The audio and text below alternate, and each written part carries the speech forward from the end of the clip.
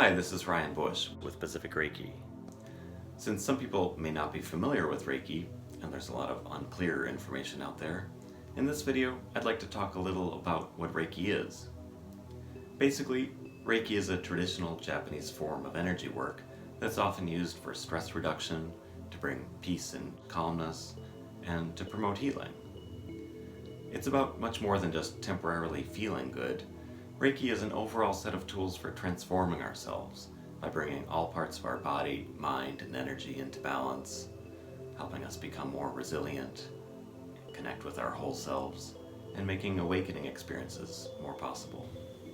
Before I talk about how we work with energy in Reiki, it may help to say a little about the overall concept of energy.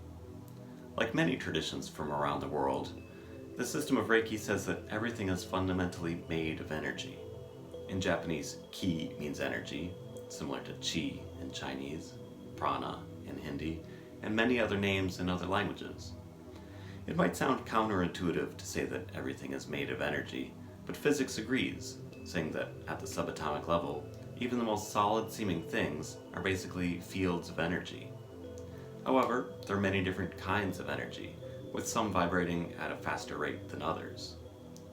Reiki literally means spiritual energy, and is a higher frequency than what we might usually experience in our daily lives, but isn't outside the realm of physics, as some might suggest.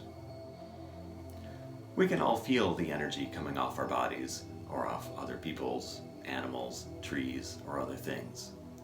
Most of the time, we don't think of this as anything other than body heat, but when we learn to build this energy up and concentrate it, as well as working with the various layers of the energetic field, amazing things can happen, as I'll talk about in this video. Besides, anyone can experience Reiki for themselves, such as taking a weekend class or getting a Reiki treatment. People sometimes dismiss any talk of energy as too woo-woo or unscientific, but in recent decades, scientists have made a lot of progress in developing devices that can measure the human energy field, such as the so-called squid magnetometer.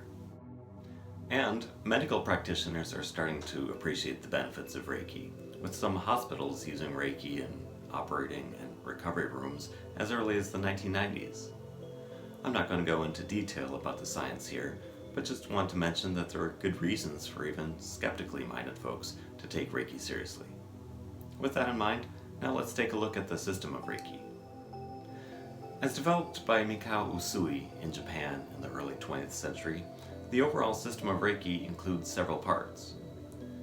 Developing spiritual and mental focus, such as by working with what are called the Reiki precepts. Meditations and techniques. Attunements, or the reiju as it's called in Reiki. Mantras and symbols.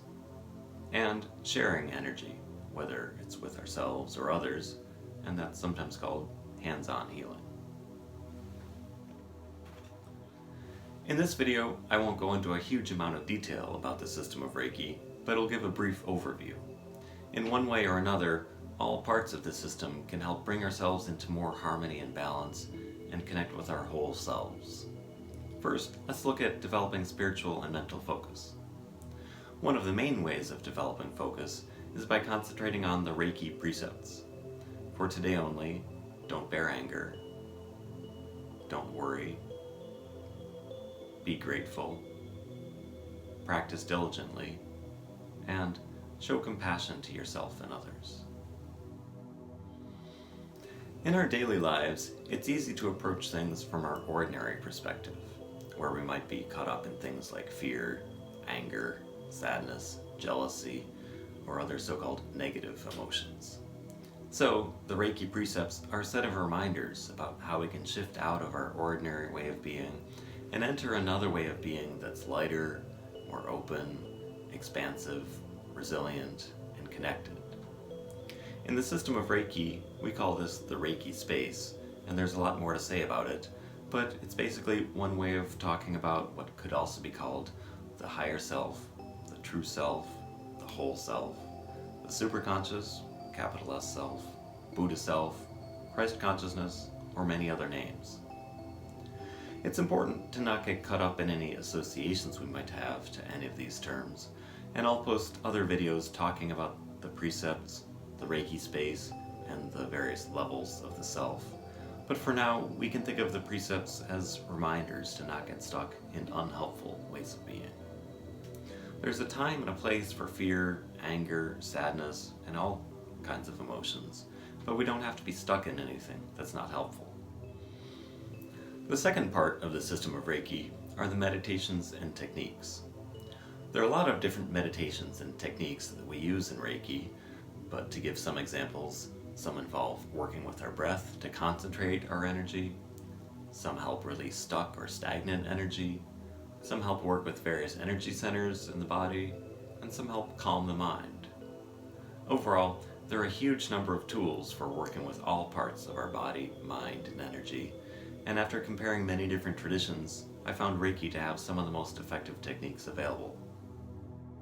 The third part of the system of Reiki are the attunements, or the reiju, as it's called. Basically, attunements are how a Reiki teacher gives an infusion of energy to students during classes, workshops, and other gatherings, and helps open various energy channels, such as in the hands, at the various energy centers, and at the crown of the head.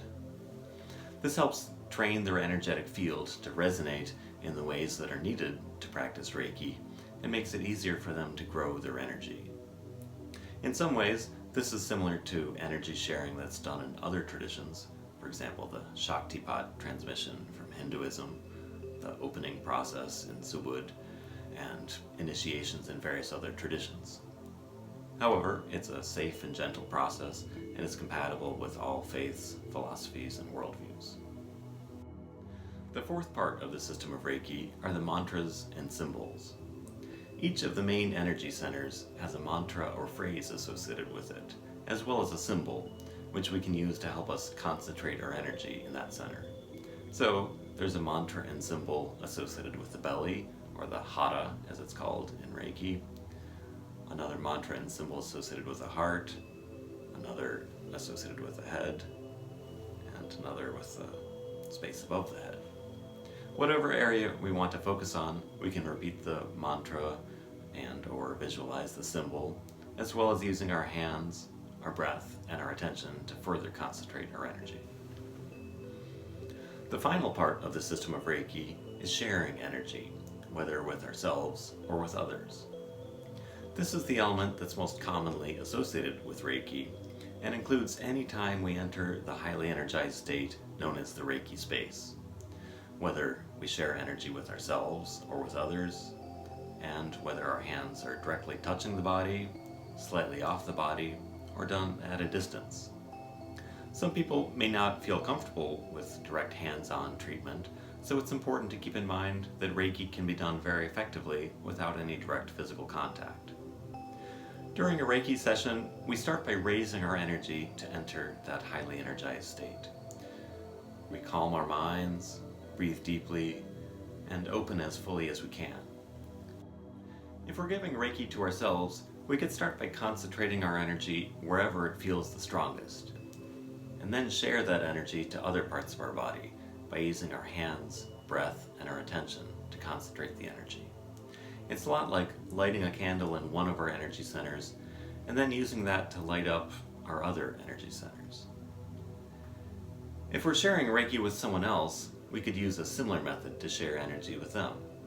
The more open the recipient is, the more effective the session will be, because when we tense up or don't feel relaxed fully, the body makes a kind of energetic shield that prevents the free flow of energy.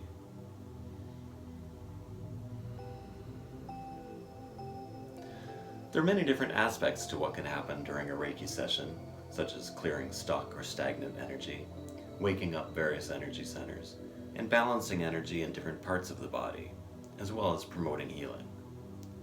During a Reiki treatment, the person receiving Reiki may feel warmth, calmness, and peace. Some people might see images, colors, or lights when their eyes are closed, but whatever we experience is totally fine, even if we don't feel anything at all different. We generally recommend that people just be open to receiving whatever comes, without judging it or expecting anything. It all will happen exactly as it needs to.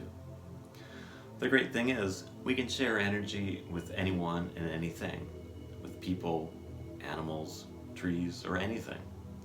We can even do remote sessions with people who aren't in the same place, which I might not have believed in if I hadn't experienced it myself, but I can attest that it works if we are open enough. Overall, the practice of Reiki can help in many different ways. For one thing, it can help relieve stress, whether we give Reiki to ourselves, get a Reiki treatment from someone else, or use other tools like the Reiki precepts or meditations. Reiki can also help us if we feel unfocused, unmotivated, stuck, ungrounded, depressed, anxious, or if we just feel blah. Reiki is also believed to work on all chronic and acute illnesses, including things like heart disease and cancer, as well as skin problems, flu, fatigue, headaches, and back pain, when used in addition to standard medical treatment. Reiki is also said to strengthen the immune system, to help the body fight off illnesses more easily, and allow more rapid healing after injuries or surgery. Some issues may be able to be dealt with immediately, while others might take longer and need more repeated sessions. In general, Reiki can help us clear any ways that our energy is weak, blocked, stagnant, or unbalanced. Many of us have forgotten what it's like for our energy to flow smoothly, but our energy can be like a strong river flowing down a mountainside, rather than just a tiny trickle or a stagnant pool. Reiki can also help us realize more fully who we are, what is really possible, and how to clear whatever is stuck and blocked in our lives. For me, Reiki feels like stepping out into the sun after being cooped up inside for too long, or like taking off a heavy blanket that we've been stuck under for too long, or like cleaning a window that has gotten so covered up with dirt that I didn't even remember that it was there. When we learn to dissolve the energetic walls that many of us keep around ourselves, we feel more connected to everyone and everything. We feel part of a vast, interpenetrating sea of energy, rather than just feeling like a tiny, isolated speck cut off from all the rest of existence. The more deeply we connect with Reiki, the more our lives will be transformed, and the more progress we can make in our personal journey. It's powerful to know that we don't have to remain stuck in whatever might not be helping us.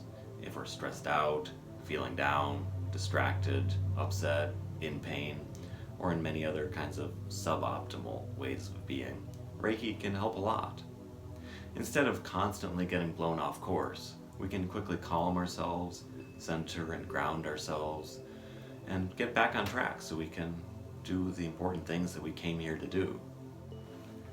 In many different ways, Reiki can help us connect with our whole self, such as by having daily reminders that there is a more balanced way of being that we call the Reiki space, and practical tools and techniques to help us enter that state, as well as by making it easier to experience awakening, also known as Satori, illumination, transcendence, connecting with the great bright light, and many other names.